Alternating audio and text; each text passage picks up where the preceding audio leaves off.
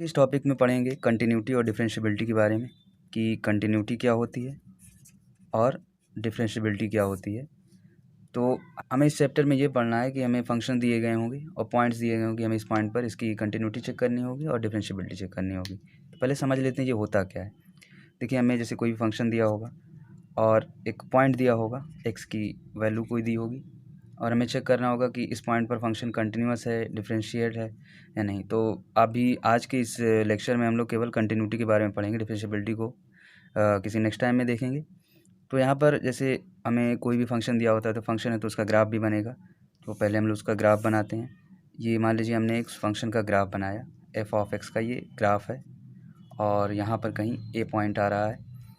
तो यहाँ पर हमें चेक करने को दिया गया कि हमें इस ए पॉइंट पर चेक करना है फंक्शन कंटिन्यूअस है कि नहीं। कंटिन्यूटी का मेन मतलब ये होता है कि फंक्शन कंटिन्यूअस हो, मतलब अगर आप एक बार पेन से बना रहे हैं तो उस पॉइंट पर पेन हमें उठाना ना पड़े, बिल्कुल सेम एज बने। या किसी एक इंटरवल में पूछा जाए कि कंटिन्यूअस है फंक्शन की नहीं, तो अगर ये इंटरवल हमें दे दिया गया ए से बी, ये ए पॉइंट है और ये बी पॉइंट है, तो यहाँ पर इस ए से बी के बीच में हम जब भी इस ग्राफ को बनाए कहीं पर ग्राफ जो है ब्रेक ना करे।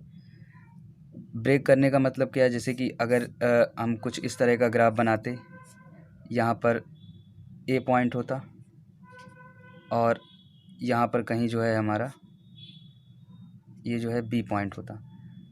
तो यहाँ पर आप देख रहे हैं ए पर जो है इसकी वैल्यू लेफ़्ट साइड में कुछ है, राइट साइड में कुछ है, सेम एज बी के लेफ़्ट साइड में कुछ है, राइट साइड में कुछ है। तो ये फंक्शन जो है ए पर जो है डिसकंटिन्यूअस है, बी पर डिसकंटिन्यूअस है, तो इस टाइप का फंक्शन जो होगा डिसकंटिन्यूअस होगा। अदरवाइज़ अगर एक फ़्लो में बन रहा है ग्राफ तो कंटिन्यूअस होगा। तो अगर ये किसी ए से बी के बीच में है फंक्शन कंटिन्यूअस, तो उसको बोलेंगे ये कंटिन्यूअस फंक्शन है। अपनी डोमेन में जैसे इसकी फंक्शन की डोमेन दी जाए और हमें पूछा जाए कि भाई इसमें बताइए कि ये फंक्शन कंटिन्यूअस है कि नहीं, तो इसकी डोमेन में तो ये फंक्शन कंटिन्यूअस है। अगर एक तीसरी कंडीशन बनती है कि ये माइनस इनफाइनाइट है और ये प्लस इनफाइनाइट, मतलब ये आल रियल वैल्यूज़ के लिए फंक्शन जो है कंटिन्यूअस है, तो उसके लिए इसको बोलेंगे एवरीवेयर कंटिन्यूअस फंक्शन। जैसा कि अगर आप y इक्वल्स टू एक्स का ग्राफ देखें तो ये कुछ इस तरह से जाता है। यहाँ पर आप देखें कहीं भी कोई ब्रेकिंग पॉइंट नहीं आ रहा है, माइनस इनफाइनाइट से इनफाइनाइट से लेकर, तो इसको बोलेंगे एवरीवेयर कंटिन्यूअस फंक्शन। सेम अगर आप यहीं पे ग्रेटेस्ट इंटीजर का फंक्शन देख लें, कुछ इस तरह से बनता है।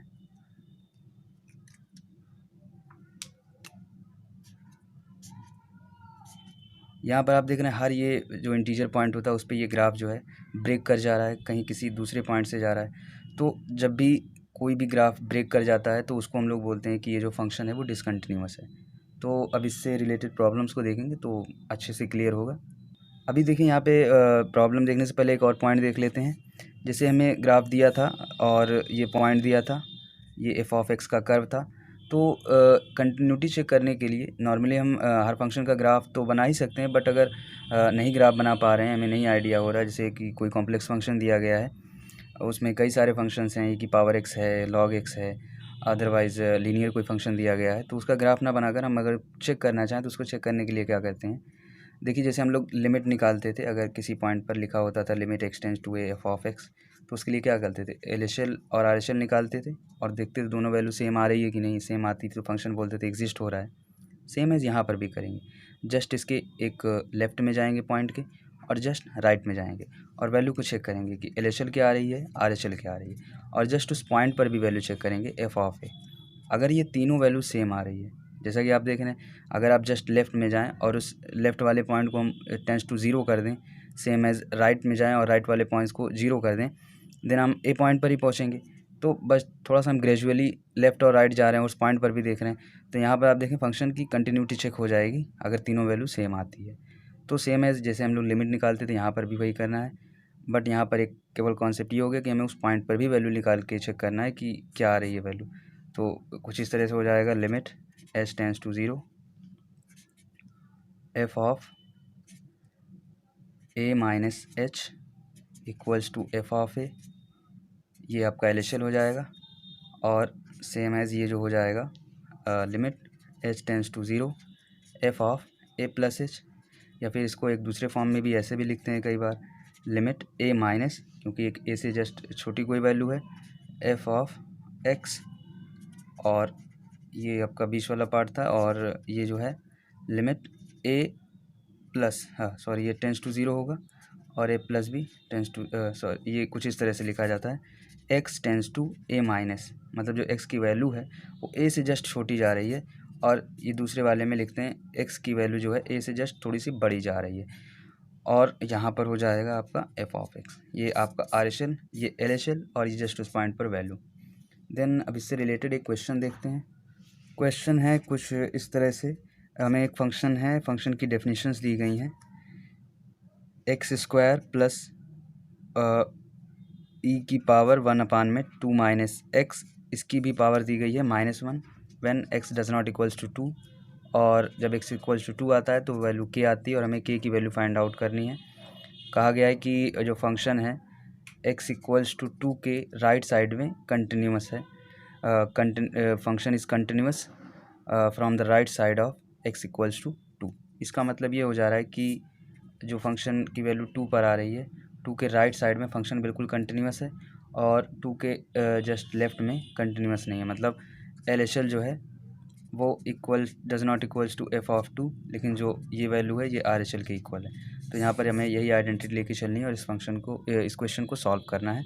यहाँ पर हो जाएगा के इक्वल्स टू, और यहाँ पर लिमिट एच टेंस टू 0, और लिखते हैं F of 2 minus H, sorry यहाँ पर राइट साइड वाला तो लिखेंगे एफ ऑफ 2 प्लस एच, तो जस्ट 2 के जो बड़ी में आती है वैल्यू तो वो कुछ इस तरह से फंक्शन ऑपरेट करता है।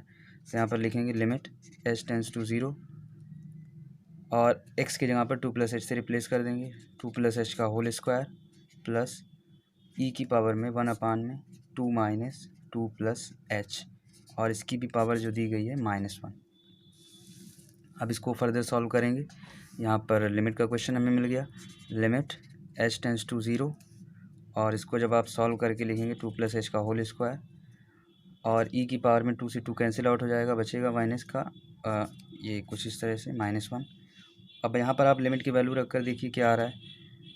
यहाँ पर जैसे हम लोग लिमिट रखेंगे तो आ जाएगा 2 + 0 का होल स्क्वायर, प्लस में ई की पावर जो आ जाएगी -∞, और इसकी भी पावर -1, ये आ जाएगा 2 का स्क्वायर मतलब 4।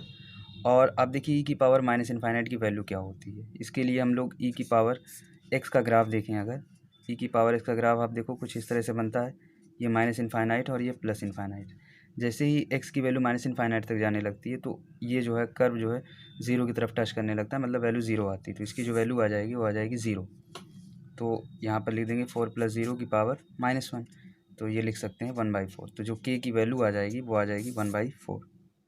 तो आज यहाँ पर हमने देखा कि कंटिन्यूटी से रिलेटेड प्रॉब्लम को कैसे सॉल्व करते हैं, कंटिन्यूटी क्या होती है उसके बारे में समझा। अब नेक्स्ट वीडियोज़ में इसकी कंटिन्यूटी के रिलेटेड और भी नेक्स्ट टॉपिक्स को पढ़ेंगे। तो आज का वीडियो यहाँ पर एंड करते हैं।